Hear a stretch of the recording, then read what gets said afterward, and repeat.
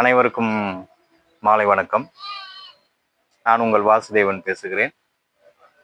மீண்டும் ஒரு புதிய பதிவோடு உங்களை எல்லாம் சந்திப்பதில் எனக்கு மிக்க மகிழ்ச்சி.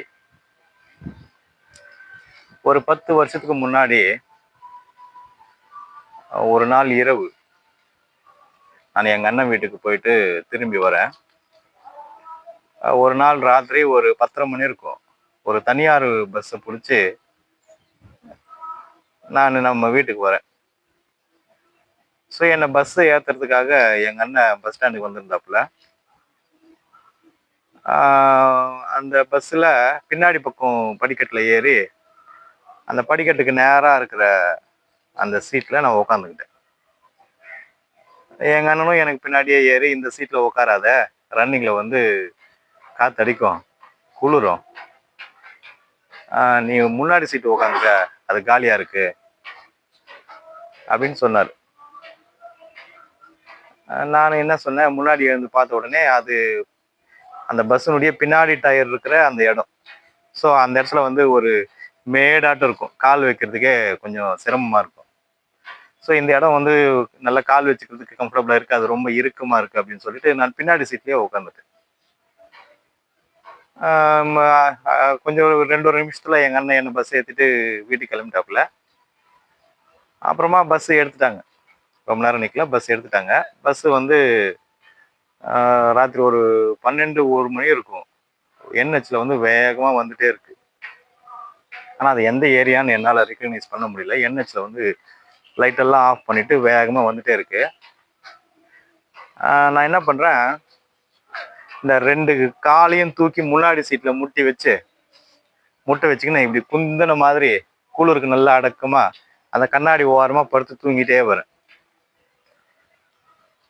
அப்படி தூங்கிட்டே வரும்போது திடீர்னு டமான்னு ஒரு சத்தம் கேட்டுது. பஸ்ஸு ரன்னிங்லேயே தான் இருக்குது, ரன்னிங்கில் போயிட்டே தான் இருக்குது. அந்த சத்தம் எங்கேருந்து வந்ததுன்னு அந்த பஸ்ஸில் இருக்கிற யாருக்குமே தெரியல. பஸ்ஸு ஓட்டிகிட்டே தான் இருக்குது, பஸ்ஸு நிலை தடுமாறல. ஒருவேளை பஸ்ஸினுடைய டயர் வெடிச்சிருக்குமோ, ஆனால் பஸ்ஸு ஓடிட்டே தான் இருக்குது, ரன்னிங்கில் இருக்குது, இருட்டாக இருக்குது, பஸ்ஸில் லைட் ஆஃப் பண்ணிட்டு இருக்காங்க. ஒருவேளை இந்த நம்ம போகிற பஸ்ஸு முன்னாடி பஸ்ஸு மோதிடுச்சோ, இல்லை நமக்கு பின்னாடி வர்ற பஸ் இந்த பஸ் மோதிடுச்சோ, இல்லை முன்னாடி 2 பஸ்ஸுங்க மோதிக்கிடுச்சோ, 2 வெஹிக்கிள்ஸ் வந்து மோதிடுச்சோ, இல்லை ஏதோ ஒரு சம்திங் அப்நார்மல், ஒரு டமான் ஒரு சத்தம் ரன்னிங்கில் அந்த இருட்டில் கேட்குது. எல்லாருமே அலறடிச்சு முழிச்சுக்கினாங்க. அப்புறமா பஸ்ஸு வந்து நிற்கவே இல்லை. ஒரு ஒரு 100 மீட்ரு. ஏன்னா திடீர்னு நிறுத்தினாக்கா பின்னாடி இருக்கிற பஸ்ஸுங்கெல்லாம் வந்து பின்னாடி இருக்கிற வண்டிங்களுக்கெல்லாம் அது ரொம்ப டிஸ்டர்பன்ஸாக இருக்கும், ஆக்சிடென்ட் ஆகிறதுக்கான வாய்ப்பு இருக்குது. அந்த டிரைவர் சாமர்த்தியமாக என்ன பண்ணார், ஒரு 100 மீட்ரு அப்படியே ரன்னிங்லேயே விட்டு அப்புறமா சைடு இண்டிகேட்டர் போட்டு ஒரு இடத்துல நிறுத்திட்டு லைட் போட்டாப்புல. அதுக்குள்ளேயே அந்த பஸ்ஸில் அந்த இருட்டில் குப்பி குப்பி குப்பி குப்பி குப்பி குப்பின்னு புகையா தள்ளுது பஸ்ஸுக்குள்ள. அதே போல தூசி தும்மு எல்லாமே வந்து பார்த்தீங்கன்னாக்கா அந்த பஸ்ஸுக்குள்ள அப்படியே கிளம்புது. கண்ணெல்லாம் வந்து தூசி தும்மியமா விழுது. அப்பதான் நான் லைட்டா ரெகக்னைஸ் பண்றேன், இந்த பஸ்ல தான் ஏதோ ஒன்று நடந்திருக்கு. ஆனா அதுக்கப்புறமா லைட் போட்ட உடனே எனக்கு முன்னாடி இருந்த அந்த சீட்ல, நான் உட்கார வேண்டிய அந்த சீட்ல ஒரு ஃபேமிலி உட்கார்ந்தாங்க. ஒரு 35 வயசு மதிக்கத்தக்க ஒரு அம்மா, ஒரு குழந்தை, பெண் குழந்தை, அவரும் அந்த அம்மாவுடைய ஹஸ்பண்ட். அந்த அம்மா ஜன்னல் ஓரமாக உட்காந்துருந்தாங்க, குழந்தை நடுவில் உட்காந்துருக்கு. அந்த ஹஸ்பண்டு இந்த வழி ஓரமாக உட்காந்துருக்குறாரு. அந்த அம்மா ஓன்னு சத்தம் போடுறாங்க, அலறாங்க. ஐயோயோ ஐயோயோ எனக்கு என்னமோ ஆயிடுச்சே அப்படின்னு. அந்த லைட் போட்டு அந்த லைட் வெளிச்சத்தில் நான் இப்படி எழுந்து பார்க்குறேன். அந்த அம்மாவுடைய கால் உடஞ்சி அந்த காலில் இருந்து ரத்தம் அப்படியே தண்ணி கொப்பளிக்கிற மாதிரி, இந்த பைப் லைனில் வந்து பைப் உடஞ்சிட்டாக்கா தண்ணி கொப்பளிக்குமே, அந்த மாதிரி காலில் இருந்து ரத்தம் அப்படியே கொப்பளிச்சு அப்படியே கீழே போகுது அப்படியே. ஆனால் பஸ்ஸில் வேற யாருக்கும் எந்த ஒரு டேமேஜும் இல்லை. நான் பின்னாடி சீட்டில் உட்காந்துருக்கிறேன், பக்கத்தில் குழந்தை இருக்கு, ஹஸ்பண்ட் இருக்கிறாரு, யாருக்கும் எந்த ஒரு பாதிப்புமே இல்லை. எக்ஸப்ட் அந்த அம்மாவை தவிர்த்து வேற யாருக்கும் எந்த ஒரு சின்ன சேதாரம் கூட இல்லை. பஸ்ஸு கம்ஃபர்டபுளா போயிட்டு நிறுத்திட்டாங்க. இப்போ எல்லாருமே கம்ஃபர்டபுள் எக்ஸப்ட் அந்த அம்மா. அந்த அம்மாவுடைய கால் உடஞ்சிருச்சு. என்னன்னு பார்த்தா, அந்த அம்மா வந்து அந்த டயருக்கு நேராக உட்காந்துருந்தாங்க இல்லையா, அந்த டயர் பஸ்ட் ஆகி அந்த வேகத்துல அதுக்கு மேல வந்து இந்த இரும்பு கட்டு இருக்கும், அந்த கட்டெல்லாம் உடஞ்சி அது மேல தூக்கி அடிச்சு அந்த சீட்டு கீழே இருக்கிற அந்த தகடெல்லாம் பிச்சுக்கின்னு அந்த அம்மாவனுடைய காலில் வந்து பட்டு அந்த அம்மாவுடைய கால் வந்து உடஞ்சிச்சு.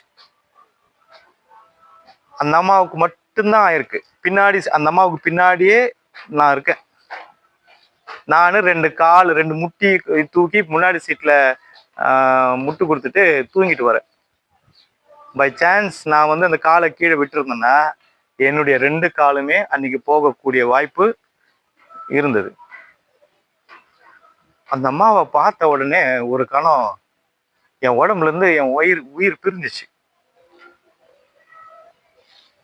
அப்படியே தூக்கி வாரி போட்டுச்சு. நான் உட்கார வேண்டிய இடம் அது.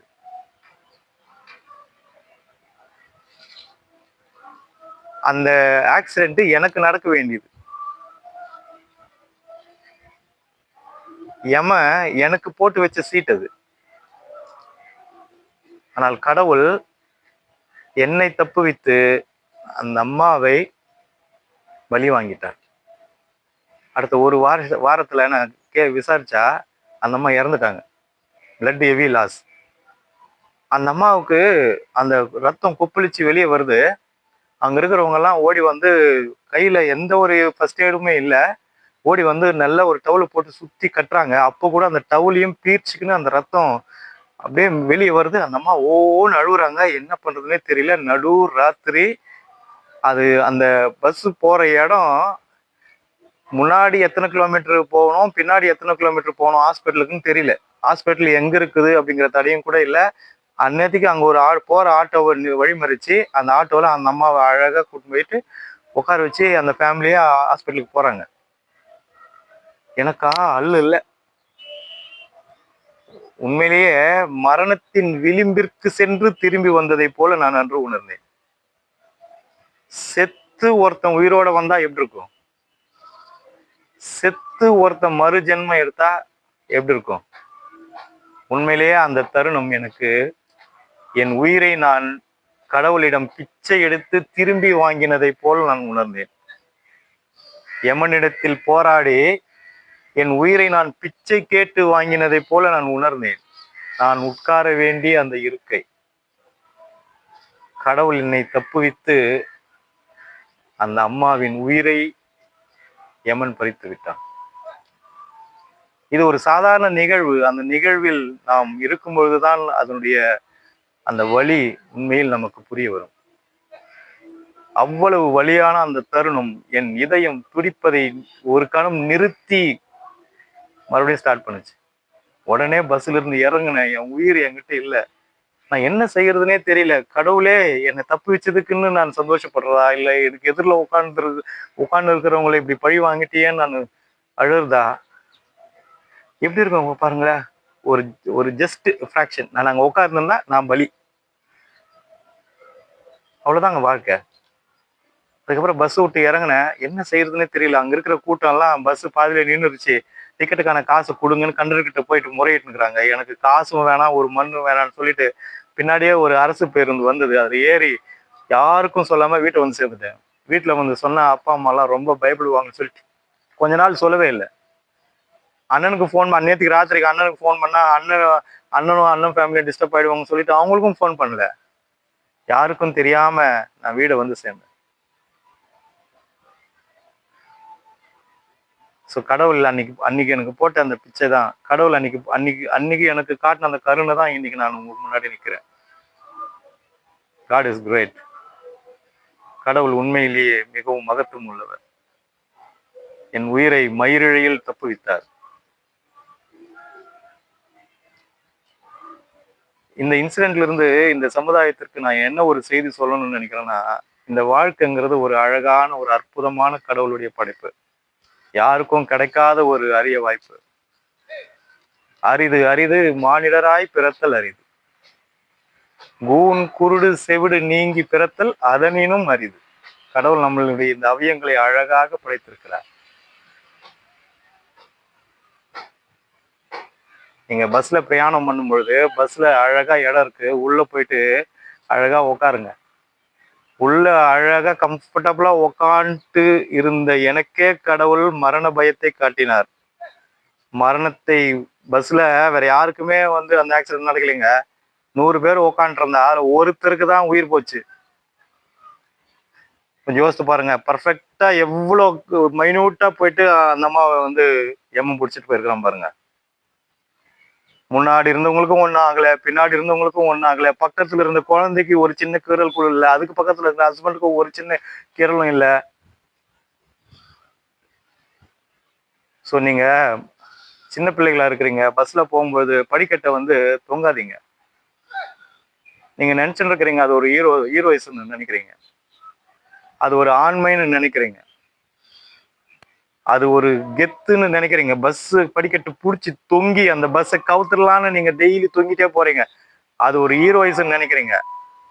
ஆனா எல்லா நாளும் எல்லா பயணமும் சேஃபான பயணமா இருக்காது. ஒரு நாளைக்கு அந்த பயணமே உங்கள் உயிரை பறிப்பதற்கான வாய்ப்பு நல்லா இருக்கு. தயவு செஞ்சு அந்த மாதிரி படிக்கட்டுல போகாதீங்க.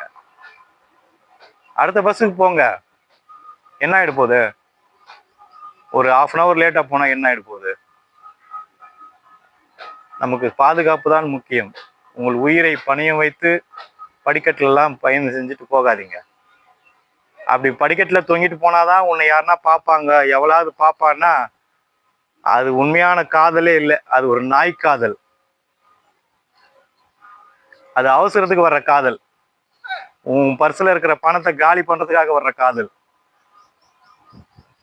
அது உன்னுடைய ஆண்மையை பார்த்து, உன்னுடைய பலத்தை பார்த்து,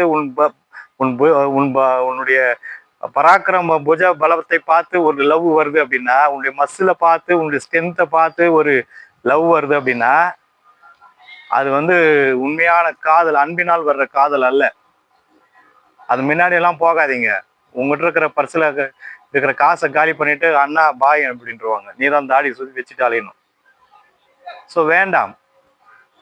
அழகாக இந்த கடவுள் நமக்கு இந்த வாய்ப்பை கொடுத்திருக்கிறார். இதில் எல்லா அனுபவிக்கிறதுக்கான எல்லா நல்ல விஷயங்களும் இருக்கிறது. அற்பமாய் பஸ்ல படிக்கட்டுல தொங்கிட்டு போயிட்டு நம்ம ஏன் நம்மளுடைய உயிரை வந்து மாய்ச்சிக்கணும்? படியில் பயணம் நொடியில் மரணம்னு எழுதி வச்சிருக்கிறாங்க. அதை படிச்சுட்டு தான் நம்ம படிக்கட்டுல வந்து பிரயாணம் பண்றோம். ஸோ கனி இருப்பா காய் கவர்ந்துட்டு உள்ள அழகா சீட்டு போட்டு வச்சிருக்கிறாங்க. அங்க போய் உக்காந்து பிரயாணம் பண்ணுங்க, பாதுகாப்பா பிரயாணம் பண்ணுங்க. அதே போல இந்த பதிவுல இருந்து இன்னொரு கருத்தை உங்களுக்கு நான் வலியுறுத்துறேன். தயவு செஞ்சு அந்த டயர் இருக்கிற இடத்துல பார்த்து உட்காராதீங்க. அது இட் இஸ் வெரி ரிஸ்கி. முடிஞ்ச வரைக்கும் அவாய்ட் பண்ணுங்க. நின்றுட்டு கூட போங்க, ஆனா அந்த டயருங்க இருக்கிற அந்த இடத்துங்கள்ல தயவு செஞ்சு பிரயாணம் பண்ணிட்டு போகாதீங்கன்றது என்னுடைய அன்பான வேண்டுகோள். இதுவரை பொறுமையோடு இந்த வீடியோவை பார்த்த உங்கள் அனைவருக்கும் மீண்டும் ஒரு முறை நன்றி தெரிவித்துக் கொண்டு, இந்த வீடியோவை ஷேர் பண்ணுங்க, லைக் பண்ணுங்க, சப்ஸ்கிரைப் பண்ணுங்க. நன்றி, வணக்கம்.